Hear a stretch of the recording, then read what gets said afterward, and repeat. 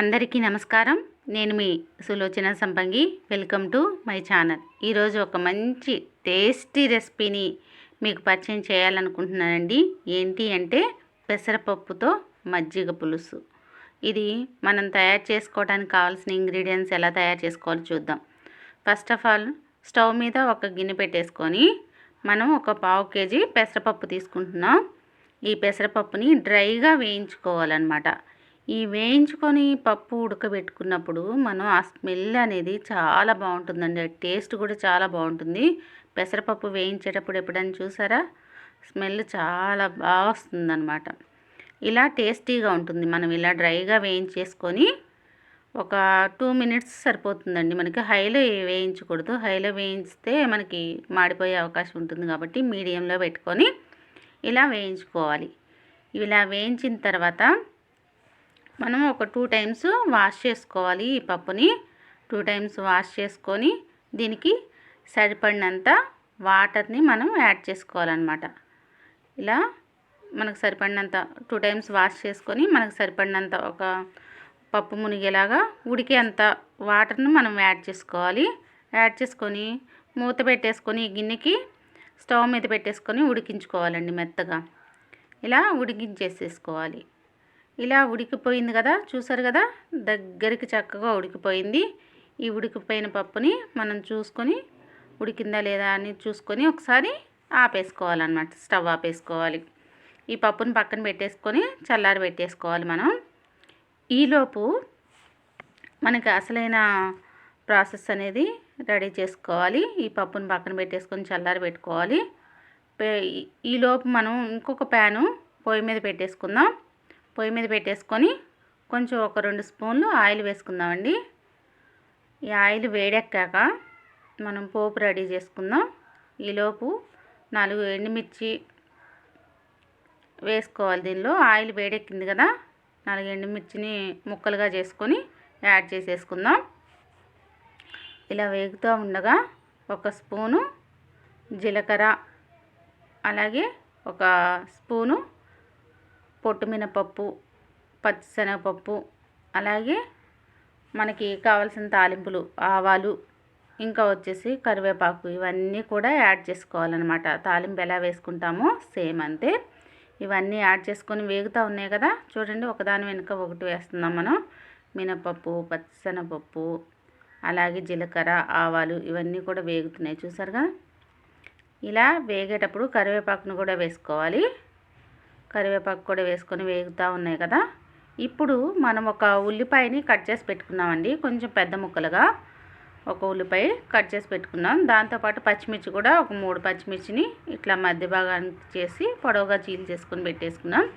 ఈ కట్ చేసిన ఉల్లిపాయలు అలాగే పచ్చిమిర్చిని కూడా ఈ తాలింపులోకి వేసుకోవాలి. మనం పెద్దగా మగ్గాల్సిన అవసరం లేదండి. ఈ ఉల్లిపాయలు పచ్చిమిర్చి కొంచెం ఒక్క నిమిషం సరిపోతుంది మనకి. ఇలా కొంచెం సాఫ్ట్ అవుతే చాలు, మరీ వేగితే కూడా బాగుండవు అనమాట మనం మజ్జిగ పులుసులోకి. ఇట్లా వేయించేసుకొని దీనిలోనే ఇప్పుడు మనం కొంచెం పసుపు యాడ్ చేసుకోవాలి. చూడండి ఇట్లా వేగే కదా, పసుపు ఒక స్పూను యాడ్ చేసుకోవాలి.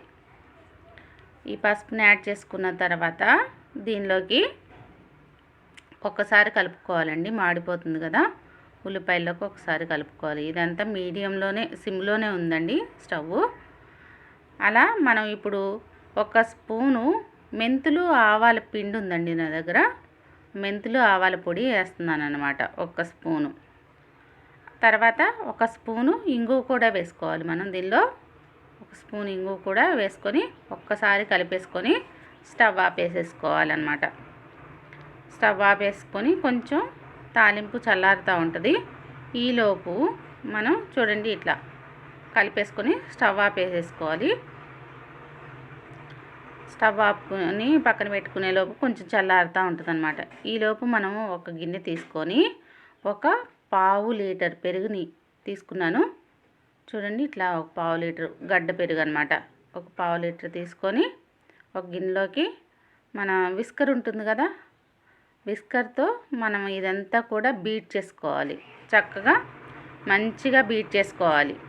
చూసారు కదా, ఇట్లా గడ్డలు ఏవి లేకుండా మంచిగా బీట్ చేసుకోవాలి.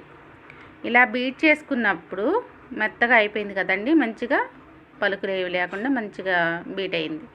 ఇలా బీట్ చేసుకున్న దానిలో వాటర్ని యాడ్ చేసుకోవాలి. మనం ఒక 1/2 లీటర్ వరకు వాటర్ పడుతుందండి. ఇది చిక్కగా ఉండాల్సిన అవసరం లేదు, ఎందుకంటే మనం పప్పుని యాడ్ చేసుకుంటాం కాబట్టి పలచగా ఉంటేనే బాగుంటుందన్నమాట.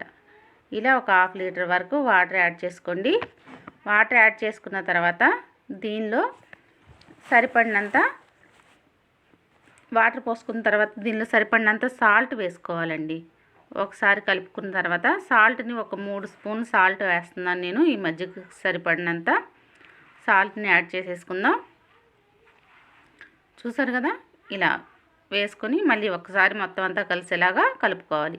ఈలోపు పెసరపప్పుని కొంచెం స్పూన్తో మెదిపేసుకుంటే సరిపోతుందండి. మరీ మెత్తగా అవసరం లేదు. మరీ మెత్తగా అయితే మొత్తం అంతా పులుసులో కలిసిపోతుంది అనమాట. తినేటప్పుడు కొంచెం తగులుతూ ఉంటే బాగుంటుంది, ఆ టేస్ట్ చాలా బాగుంటుంది. అందుకని నేను ఇట్లా మామూలుగానే వేసేస్తున్నాను, స్పూన్తో మెదిపేసి. ఆల్రెడీ మెత్తగా ఉడికింది కాబట్టి మిక్సీ పట్టాల్సిన పని లేదు. ఇట్లా వేసేసుకుందాం మనం. ఇట్లా పప్పులో మొత్తం అంతా కూడా పప్పుని వేసేసుకుందాం మజ్జిగలోకి. పెసరపప్పు అంతా కూడా మజ్జిగలో వేసుకోవాలి, సాల్ట్ వేసిన మజ్జిగలోకి వేసేసుకోవాలి. వేసేసుకొని మొత్తం అంతా కూడా ఒకసారి కలుపుకోవాలండి.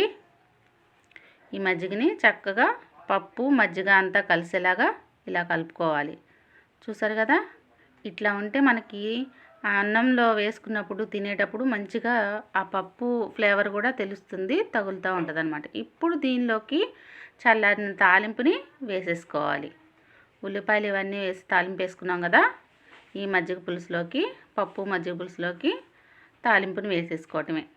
వేసేసుకొని కలిపేసుకోవటమేనండి. కొత్తిమీర కూడా యాడ్ చేసుకోవచ్చు దీనిలోకి. ఒక్కసారి ఉప్పు చూసుకోండి మీకు సరిపడిందా లేదా అనేది. మీకు ఇంకా ఈ రెసిపీ అనేది రెడీ అయిపోయినట్టేనండి. ఇంత మంచి రెసిపీని మీరు కూడా రెడీ చేసుకొని ఎలా ఉందో కామెంట్ రూపంలో నాకు తెలియజేయండి. మరి ఈ వీడియో మీకు నచ్చినట్లయితే లైక్ చేయండి, షేర్ చేయండి, సబ్స్క్రైబ్ చేయండి. మీ వాళ్ళతో సబ్స్క్రైబ్ చేయించడం మర్చిపోకండి. మరి నా వీడియోస్ ఆదరిస్తున్న మీ అందరికీ ధన్యవాదాలు. Thanks for watching.